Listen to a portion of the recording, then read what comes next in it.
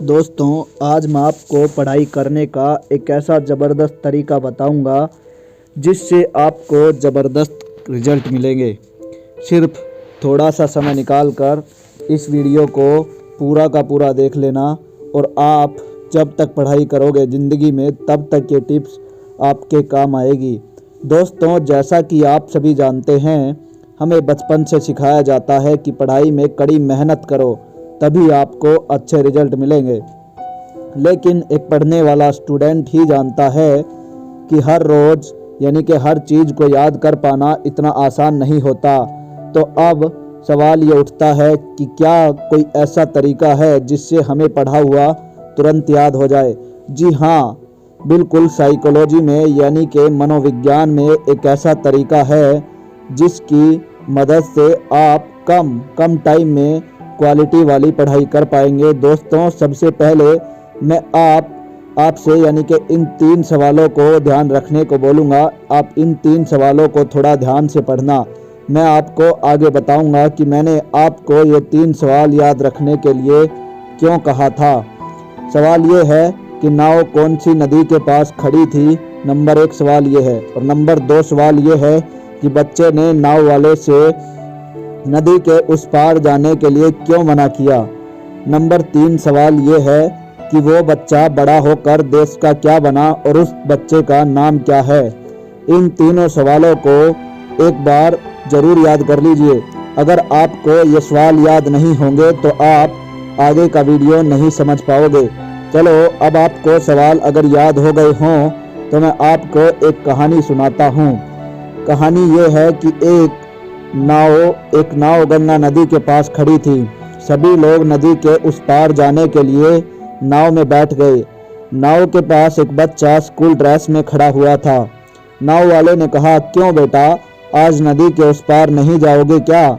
बच्चे ने कहा, आज मेरे पास पैसे नहीं है। नाव वाले ने कहा, कोई बात नहीं, तुम पैसे कल दे देना। बच्चे ने मन में सोचा, मेरी माँ मुश्किल से पैसे जुटाती है, कल अगर मैं पैसे नहीं दे पाया तो क्या करूँगा। बच्चा नाव वाले के साथ जाने से मना कर देता है। बच्चा पैसे बचाने के लिए नदी तैर कर पार करता है और घर आकर अपनी माँ को सारी बात बताता है। माँ अपने बेटे की बात सुनकर रो पड़ती है और कहती है कि बेटा, तू एक दिन बहुत बड़ा आदमी बनेगा। बड़ा होकर वो बच्चा देश का प्रधानमंत्री बन जाता है, जिसे हम लाल बहादुर शास्त्री के नाम से जानते हैं। दोस्तों, उम्मीद है आपको तीनों सवालों के जवाब मिल गए होंगे और अगर नहीं मिले हों तो एक बार सवालों को फिर से पढ़िए। सवालों को पढ़ते ही आपको जवाब याद आ जाएंगे। आपको कहानी दोबारा पढ़ने की ज़रूरत भी नहीं पड़ेगी। अब आपको ये जवाब आखिर एक बार में कैसे याद हो गए? ऐसा इसीलिए हुआ क्योंकि सवाल आपके दिमाग में पहले से थे और जैसे ही आपने कहानी पढ़ी आपका दिमाग वहीं रुक गया और आपके दिमाग को पता चल गया कि ये सवाल तो मैंने पढ़े हैं। दोस्तों, जब भी आप पढ़ते हैं तो कुछ भी पढ़ने से पहले उस लेसन के सारे सवाल अच्छी तरह याद कर लो। क्वेश्चन सबसे पहले अच्छी तरह से याद कर लो, क्योंकि जब आपको सवाल अच्छे से याद होंगे तो दिमाग को एक सही डायरेक्शन मिल जाएगा और पढ़ी चीज आपका दिमाग यानी कि पढ़ी हुई चीज़ों को तुरंत याद कर लेता है। दोस्तों, अब आप सवाल याद कर लेंगे और उसके बाद लेसन में कुछ भी पढ़ेंगे तो जैसे ही उन सवालों का जवाब आएगा आपका दिमाग तुरंत वहीं खुद ब खुद रुक जाएगा। क्योंकि अभी आप पढ़ते हैं तो किताबों में बहुत सारी चीज़ें दिखाई देती हैं, लेकिन जब आपको सवाल याद होंगे तो आपका दिमाग एकदम क्लियर डायरेक्शन में अलर्ट होकर काम करेगा।